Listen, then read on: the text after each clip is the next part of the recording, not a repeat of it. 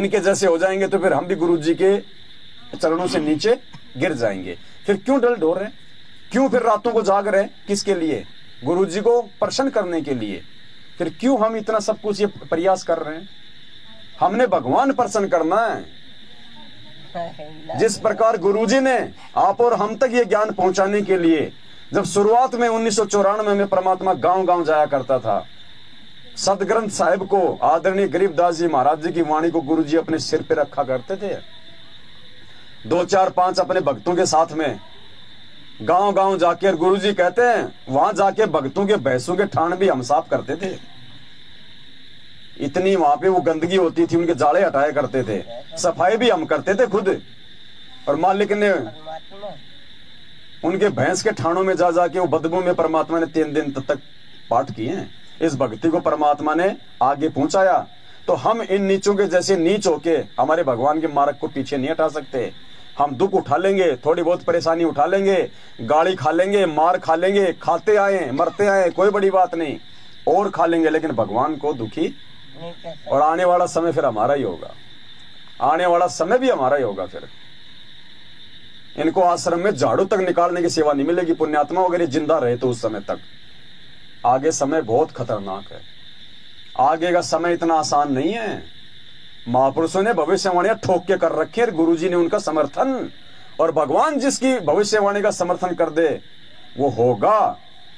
तो जय गुरुदेव ने कह रखा है कि आने वाले समय में अगर गंदी नाली में रोटी का टुकड़ा गिरा हुआ मिल जाएगा तो आदमी सोचे खा लूं तो जान बचेगी। वो समय आएगा। बहुत सारे भाई लोग कहते हैं कि ये पवनदास तो खाली डराता है, ये पवनदास खाली जो है भक्तों को भ्रमित करता है, ऐसा होगा वैसा होगा। भक्तों को डरा डरा के इसने अपना ये धंधा शुरू कर रखा है, जैसी उनकी सोच है। पुण्यात्मा ये डर नहीं है। गुरुजी कहते हैं चोर चोरी करने जाए, कोई कह दे भाई पकड़ा गया तो देख ले, फिर पिटाई भी होगी, जेल भी होगी, और वो कहे ना ना ये तो ऐसे डरा रहे हैं। डरा नहीं रहे, वो हकीकत बता रहा है। वो डरा भी रहा है और वो हकीकत भी बता रहा है। तो पुण्यात्मा दास को झूठ नहीं बोल रहा, ये हकीकत है जो गुरुजी ने बताई है, जो गुरुजी ने समर्थन किया है। भूखमरी फैलेगी सबसे। आदमी कार के बिना रह सकता है, आदमी कोठी के बिना रह सकता है, आदमी डीजल पेट्रोल के बिना रह लेगा, आदमी अनाज के बिना नहीं रह सकता। भूखमरी इतनी भयंकर आएगी, आप देखना, नानी याद आ जाएगी। वो चौवनिया जो अकाल बताते हैं ना हमारे बुजुर्ग उसका भी बाप आएगा, देखना। भगत जी थोड़ा सुनो, है ना, बाद में कर लेंगे, खूब समय अपने को। लास्ट में जयकारे लगाएंगे परमात्मा के, जिस काम के लिए आए पहले वो कर ले अपने, है ना। आज श्रीलंका में देख लो क्या हो रहा है, जाओ श्रीलंका में देखो। श्रीलंका का राष्ट्रपति प्रधानमंत्री श्रीलंका छोड़ के भाग गया, समुद्र में पानी के जहाज पे बैठा है। राष्ट्रपति और प्रधानमंत्री के मकान में वहां की जनता घुस गई, छतों पे उसके स्विमिंग पूल में नहा रही है। थोड़ा आपको दिखा दूं तो थोड़ा सा आपको शांति आएगी। ये भारतीय मीडिया है ना, ये दिखाएगी नहीं, क्योंकि हमारी मीडिया पेड मीडिया है। हमारे देश की मीडिया सरकार की चापलूस मीडिया है, ये हकीकत नहीं बताएगी। श्रीलंका में भयंकर आर्थिक संकट है, 500 रुपए किलो चावल, 300 रुपए की चाय। और हालात देखो जाके क्या हो रहा है। अरे राष्ट्रपति प्रधानमंत्री श्रीलंका छोड़ के भाग गए, आम जनता उनके घरों में घुस गई, आग लगा रही है, मिलिट्री ने हाथ खड़े कर दिए, मिलिट्री भी उनके सपोर्ट में आ गई। देखो जरा पुण्यात्माओं, कब हालात बिगड़ जाएंगे, कब क्या हो जाएगा। ये कोरोना आया था, किसी को मालूम था क्या? 3 महीने के लिए पूरा विश्व बंद हो जाएगा। आज से पहले कभी दुनिया में 2 दिन के लिए भी पूरा विश्व बंद हुआ था क्या? एक छोटा सा ट्रेलर दिखाया भगवान ने कि समझ जाओ, आने वाले समय में तो पूरी की पूरी फिल्म चलाऊंगा।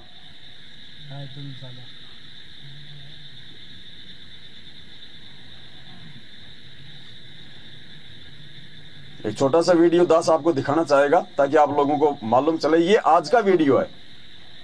आपातकाल जिसकी कोलंबो बेहाल, श्रीलंका में आपातकाल जिसकी तस्वीरें लगातार आप देख रहे हैं। न्यूज़ 24 पर नॉन स्टॉप कवरेज लगातार जारी है। आसमान से निगरानी रखी जा रही है हेलीकॉप्टर के द्वारा, लेकिन नीचे सड़क पर श्रीलंका के लोगों का उग्र प्रदर्शन हो रहा है।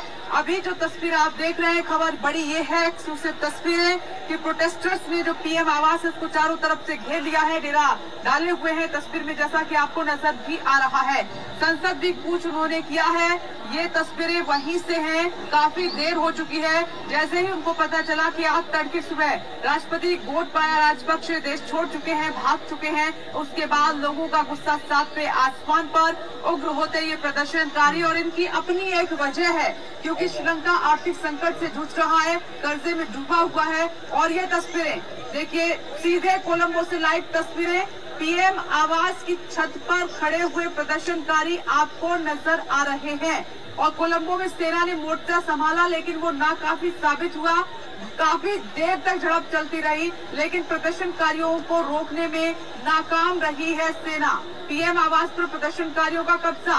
कोलंबो से ये एक्सक्लूसिव लाइव तस्वीरें इस वक्त आप देख रहे हैं। ये प्रोटेस्टर्स हैं, गुस्से में हैं, हाथ में झंडा आपको नजर आ रहा है। उनकी कई मांगे हैं, जैसे वो मांग कर रहे हैं कि महिलाओं, बच्चियों की सुरक्षा सुनिश्चित की जाए, राष्ट्रपति की जो है शक्तियां घटाई जाए, कोई ऐसा चेहरा आए जिन पर वो भरोसा कर सके, कैसे आर्थिक संकट से निकाला जाए, इसके लिए एक योजना बने। साथ ही वो जिस तरीके से खाने पीने चीजें जो महंगी हुई है उनका सामना कर रहे हैं, उनसे उनको बाहर निकाला जाए। ऐसी कई मांगे हैं इन प्रदर्शनकारियों की, लेकिन जो मौजूदा स्थिति बनी हुई है उस पर उन्हें बिल्कुल भी भरोसा नहीं है। तो अब आगे क्या होगा श्रीलंका में, ये देखना होगा। लेकिन ये एक्सक्लूसिव तस्वीरें पीएम आवास की आप देख रहे हैं। पीएम आवास के अंदर जो प्रदर्शनकारी हैं वो दाखिल हो चुके हैं, और पीएम आवास की छत पर आपको नजर भी आ रहे हैं। अपनी मांगों के साथ, गुस्से के साथ वो लगातार, ये अफवाह नहीं है, हकीकत है। बर्बादी के कगार पे है श्रीलंका। क्या खाएगी जनता? मरते हुए लोग क्या ना करेंगे, क्या नहीं करेंगे।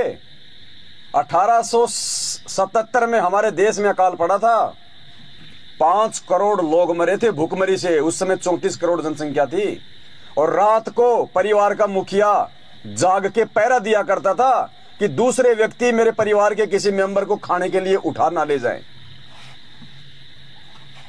1720 में गरीबदास जी महाराज जी ने, अपने गुरु जी ने दिखाया ना अपने को, कितना भयंकर अकाल पड़ा था 1720 में। परमात्मा कहते हैं शहजादे मांगत फिरे, शहजादे यानी राजाओं के लड़के, शहजादे मांगत फिरे वो दिल्ली के उमराव, जिन रोटी पाई नहीं जो खाते थे नान पुलाव।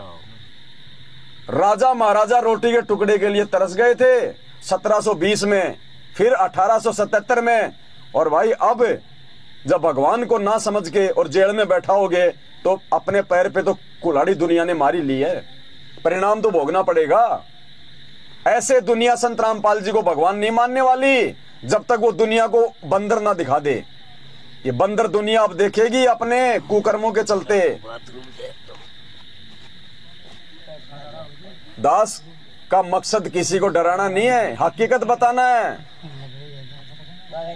दास ने कहा था कि 2022 में नानी याद आ जाएगी, अब कह रहे हैं कहां नानी याद आ गई।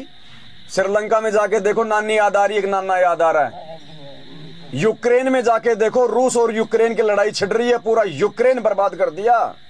वहां जाके पूछो जिनकी 1-1 करोड़ की कोठियां थी, आज वो प्लेटफार्म पे सो रहे हैं, खाने को दाने नहीं मिल रहे। उनसे जाके पूछो नानी याद आ रही है, नाना याद आ रहा है। कोरोना के समय हजारों लाखों लोग मरे, और हजारों के संख्या में संत रामपाल जी के भगत मरे जो मर्यादा में नहीं थे, जिनको 7 साल से हम समझा रहे थे।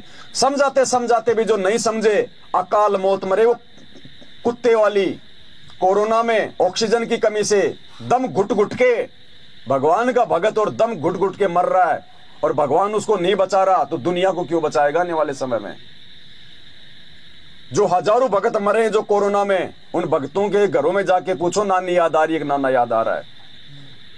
अफगानिस्तान में जाके पूछो, काबुल में नानी याद आ रही है कि नाना याद आ रहा है। वहां का राष्ट्रपति छोड़ के भाग गया था देश, आम जनता का क्या हाल हो रहा है वहां पे, वहां जाके पूछो। और ये बिजली कब हिंदुस्तान में गिर जाए, लिखा हुआ क्या, कोई एग्रीमेंट कर रखा है कि यहाँ सब कुछ ऐसा ही चलेगा। यहाँ तो सबसे ज्यादा आग लगेगी, क्योंकि भगवान को दुखी यहाँ के लोगों ने किया है। तो लोग कहते हैं ना कि ये तो ऐसे डराता है कि 2022 में ये हो जाएगा। लो जी, 2022 तो आधा निकल गया। तो तुम तो कल को परमात्मा पे भी उंगली उठा दोगे, तुम तो कल को गुरुजी पे भी उंगली उठा दोगे। 2008 में गुरुजी ने कहा था कि 2-4 साल में ये नकली संत, गुरुजी ने कहा था देख लेना पुण्यात्माओं, 2-4 साल में ये नकली संत या तो देश छोड़ के भाग जाएंगे या अपनी कोई राजनीतिक पार्टी बना लेंगे। तो 2008 में कहा था, 2-4 साल का नाम लिया था, यानी 2012। आज तो 2022 हो रही है, 10 साल ऊपर निकल गए। ना तो वो नकली संत देश छोड़ के भगे, ना उन्होंने राजनीतिक पार्टी बनाई। तो तुम तो कल को गुरुजी पे भी उंगली उठा दोगे कि गुरुजी तो झूठ बोल रहे हैं। अरे 2-4 साल का मतलब है आने वाला समय।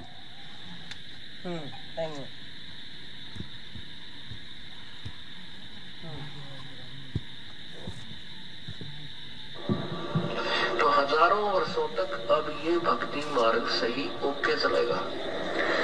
अभी 2-4 साल के अंदर ये नकली संत है, ये मैदान त्याग जाएंगे, छोड़ जाएंगे 2-4 साल में। या तो ये राजनीतिक पार्टी बना लेंगे अपना रोटी धंधा बनाए रखने के लिए, अनुयायियों को मूर्ख बनाने के लिए, और नहीं ये हिंदुस्तान से बाहर हो जाएंगे कितने कितने और विदेश में कोठी बनाओगे। तो बताओ भाई, ना तो ये राजनीतिक पार्टी बनाई अभी तक, ना हिंदुस्तान छोड़ के भगे, तो इसका मतलब क्या गुरुजी का भी वचन फेल हो गया क्या? संत कभी भी एक्यूरेट डेट नहीं बताया करते। अगर संत एक्यूरेट डेट बता दे तो हम जीना छोड़ देंगे। आज मैं मेरे बच्चे को पढ़ा रहा हूं, मान लो आप अपने बच्चे को पढ़ा रहे हो और आपकी उम्मीद है कि बच्चा बड़ा होकर डॉक्टर बने, इंजीनियर बने, वकील बने, बढ़िया उसको खूब अच्छी स्कूल में पढ़ा रहे हो, और कल को कोई हाथ देखने वाला बता दे कि 20 साल का होते तेरा लड़का मरेगा, जिंदगी नहीं है, आप 1 रुपया नहीं लगाओगे उस पर, पहले आपकी सारी उम्मीद टूट जाएगी। तो संत हमेशा संकेत करते हैं, शब्द सैन सतगुरु की पहचान है, वो पावे अटल सुहाग रे। सतगुरु हमेशा संकेत करेगा। 2-4 साल का मतलब है आने वाले दिनों में। तो शुरुआत हो तो रही है। आज आप किसी मुख्यमंत्री का 5 मिनट का समय बर्बाद कर दो और वो आपका चाहे तो वो घर बर्बाद कर देगा, और तुमने भगवान का 8 साल का समय बर्बाद कर दिया जेल में बैठा के, क्या होगा दुनिया का? नानी याद दिलाएगा परमात्मा आने वाले समय में, देखना। जब आज वो अपने भक्तों को नहीं बचा रहा तो जगत को क्या बचाएगा? तो पुण्यात्मा आने वाले समय में अपने बचाव के लिए भगवान ये रिहर्सल करवा रहा है, ये भोग लगवा रहा है परमात्मा अपने आप को, ये रातों को जाग जाग की महिमा करवा रहा है। मालिक कहते हैं, देते को हरि देत है जहां तहां से आन, और अनदेवा मांगत फिर साहिब सुने ना कान। आज हम भगवान को दे रहे हैं, उसी का दिया हुआ भोग लगा रहे हैं भाव के साथ। आने वाले समय में परमात्मा रसोई में अगर 2 दाने नहीं होंगे तो भगवान मटका भर देगा। ये परमात्मा का वचन है, मैंने कई बार आपको गुरु जी का वो सत्संग सुना है। ये पुण्यात्मा आने वाले समय में अगर 2 दाने भी नहीं होंगे घर में, भगवान सुबह आटे से भरा हुआ मटका भर देगा। लेकिन भरेगा उनका जो भगवान चाहेंगे, भक्ति चाहेंगे, बकवाद करने वालों का नहीं।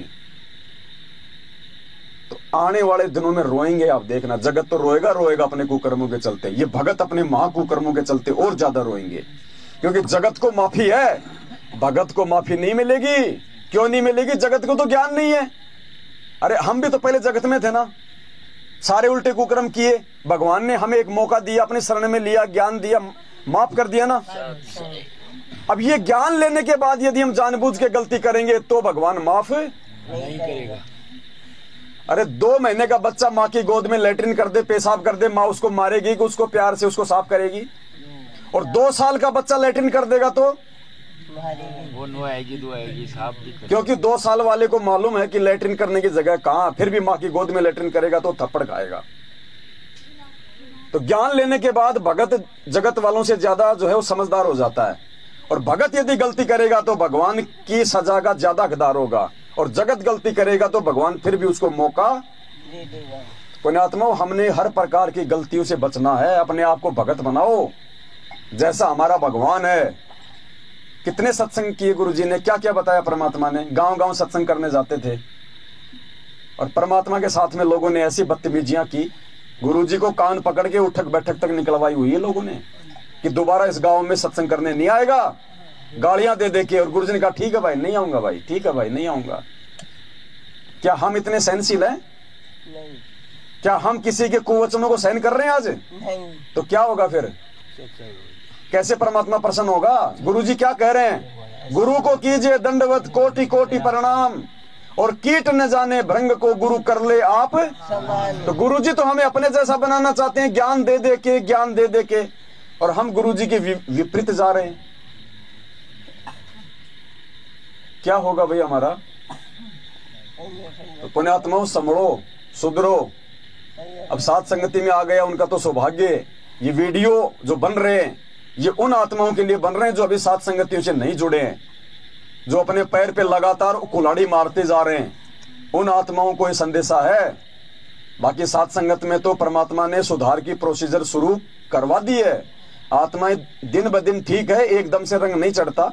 धीरे धीरे आत्माएं अपने आत्मिक उत्थान की ओर आगे बढ़ रही हैं, अपने आप को संवार रही है, अपनी क्रियाओं में बदलाव कर रही हैं। गुरुजी से प्रार्थना कर करके भीख मांग रही है कि परमात्मा चाहे जितने संकट दे देना, चाहे जितने दुख दे देना परमात्मा, लेकिन अपने चरण कमलों से अपने दास दासियों को सुई की नोक जितना भी दूर ना करना। तो पुण्यात्मा आप और हमारा सौभाग्य ये। आज जो भाई नए नए आ रहे हैं मैनेजमेंट से निकल के, वो खुद विचार करें। आपने वहां भी खूब जा के आपने सत्संग सुने होंगे। क्या आपको ये बातें वो सुनाते हैं? बताते हैं वो कभी इस प्रकार की बातें? अगर आप समझदार हो गए तो उनका धंधा कैसे चलेगा? उनका धंधा कैसे चलेगा अगर आपको ये बातें वो बताएंगे तो ज्ञान आधार वाली।